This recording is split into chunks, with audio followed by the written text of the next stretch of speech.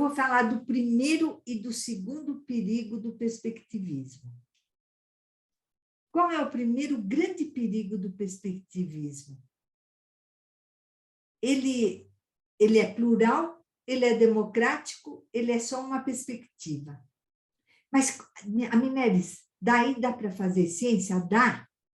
É uma epistemologia perspectivista, porque aquele ponto de vista pode sofrer processos de experimentação, pode sofrer processos, obviamente, metodológicos, e pode construir uma teoria. Só que é uma teoria perspectivista. O perspectivista sabe que ele não está falando da totalidade do real, mas de uma perspectiva.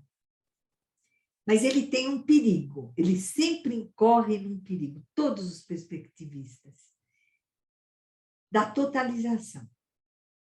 Então, o grande perigo do perspectivista é ficar tentado a totalizar sua perspectiva. Nós vamos ver isso no Jung. Como ele ficou tentado a fazer, vamos dizer assim, a dizer que a sua confissão subjetiva comportava todos os instintos, portanto, era mais ampla, era mais totalizante. Mas ele se segura. Ele sente a tentação, mas se segura. Os junguianos que nunca entenderam isso, nunca, eles vão para a ideia de uma ciência e de aplicação dos conceitos da ciência. Eu quero de novo falar para vocês dos cogumelos, para vocês lerem os cogumelos. Porque nós estamos muito atrasados em relação à biologia, muito atrasados em relação à física, nós das ciências humanas.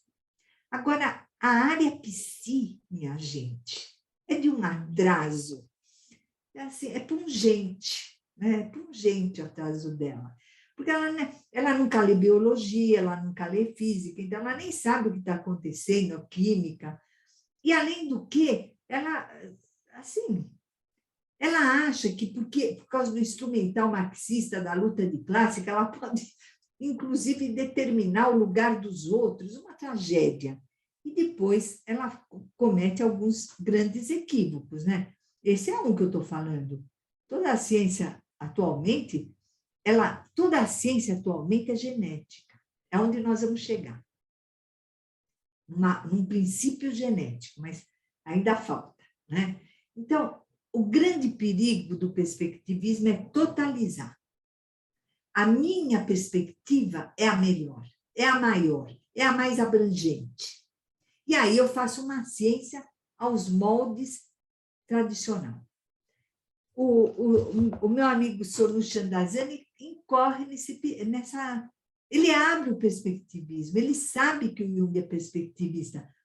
Aí ele completa o sonho de uma ciência que seja universal. Então, esse é o grande perigo, todos eles, né, sentiram esse perigo, sabem desse perigo e se seguram. O Bolas é um que se segura. Não vou totalizar. O Leibniz escorregou feio, totalizou no homem, que era a perspectiva mais abrangente, e totalizou em Deus, a perspectiva ainda mais abrangente. O Nietzsche não caiu na escorregadela e manteve-se perspectivista. Tá? Eu vou abrir uma outra questão no Nietzsche. E depois nós vamos ler o Jung.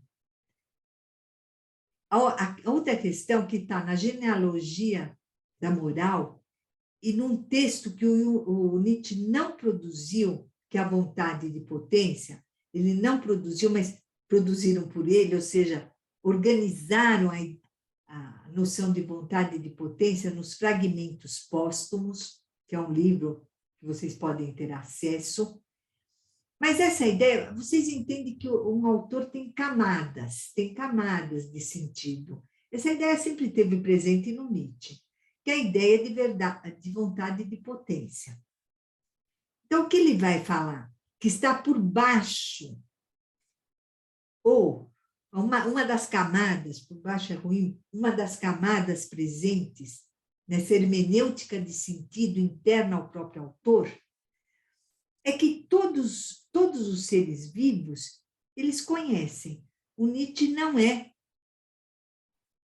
antropocêntrico. Todos os seres vivos, por uma necessidade vital, conhecem o seu entorno, constituem um que se chama um mundo próprio. Todos os seres vivos constituem um mundo próprio e conhecem. Então, por que o Nietzsche pode falar isso? Porque todos eles têm uma vontade de potência. A ideia de vontade de potência é uma relação entre forças. Forças ativas e forças reativas. Vamos pegar um exemplo muito claro. Bolsonaro. Será que, se a gente olha o Bolsonaro, ele é uma vontade de potência dominado por forças reativas. Completamente. Um ressentido tem uma vontade de potência, só que quem domina nele é a vontade de negar. São as forças reativas. Se você pega, desculpa, um Lula, você sente uma vontade de potência, só que com forças afirmativas. Assim que eu leio. Tem forças reativas no Lula? Claro que tem. Só que quem domina são as forças ativas. No Bolsonaro, tem forças ativas? Tem. Mas só que quem domina são as forças de negação, são as forças reativas. O mundo é vontade de potência.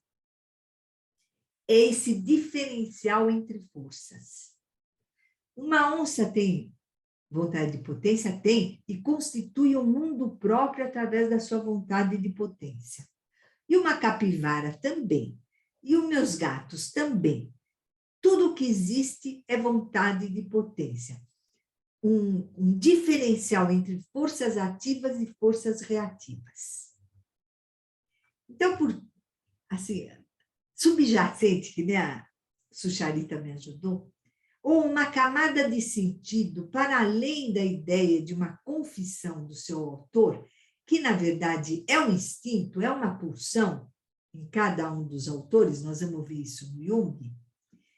O que está subjacente a isso é a vontade de potência. Que a vontade de potência é este princípio genético que existe em tudo que há. Então, nós vamos ver, através do Nietzsche, e isso na segunda parte da aula, que existe um segundo perigo no perspectivismo. E o segundo perigo do perspectivismo é você imaginar que o objeto ele seja crivado por perspectivas diferentes. Isso é muito tentador ainda para nós, né? Então, você tem um objeto e ele é crivado por N perspectivas diferentes. Mas o objeto parece que está intacto. Com Nietzsche, o objeto, ele é vontade de potência. Então, o perspectivismo nietzschiano, ele não incorre em nenhum dos dois perigos. Ele não vai dizer, olha, a minha perspectiva é a melhor e a maior, ele não vai dizer isso, e ele não vai dizer que o objeto é crivado pelo sujeito por N perspectivas. Por quê? Porque o objeto, qualquer que ele seja, é vontade de potência. Isso é muito lindo, porque isso já é a chave para o Simondon. Tá? Por quê? Porque o Simondon é a ideia de sujeito. Será que vocês... Deixa eu fazer um parênteses. Vocês compreendem que a ideia do mundo objetivado, seja sujeito, seja objeto, é o último degrau da nossa degradação? Vocês compreendem isso? O último degrau da nossa degradação é a individuação acabada, seja do sujeito, seja do objeto. Por que esse livro, Cogumelos, é tão encantador? porque não tem nenhum sujeito, nenhum objeto objetivado. Por que que Escute as Feras, para quem leu, é tão alucinante? Porque ela desfaz a ideia da relação sujeito e objeto objetificado. Mas sempre o último degrau da nossa degradação é a objetivação de tudo. Né? Então, o que nós estamos abrindo no século XXI é exatamente essa revisão do sujeito e objeto não objetivado, mas visto e lido a partir de um princípio genético e, portanto, inacabado.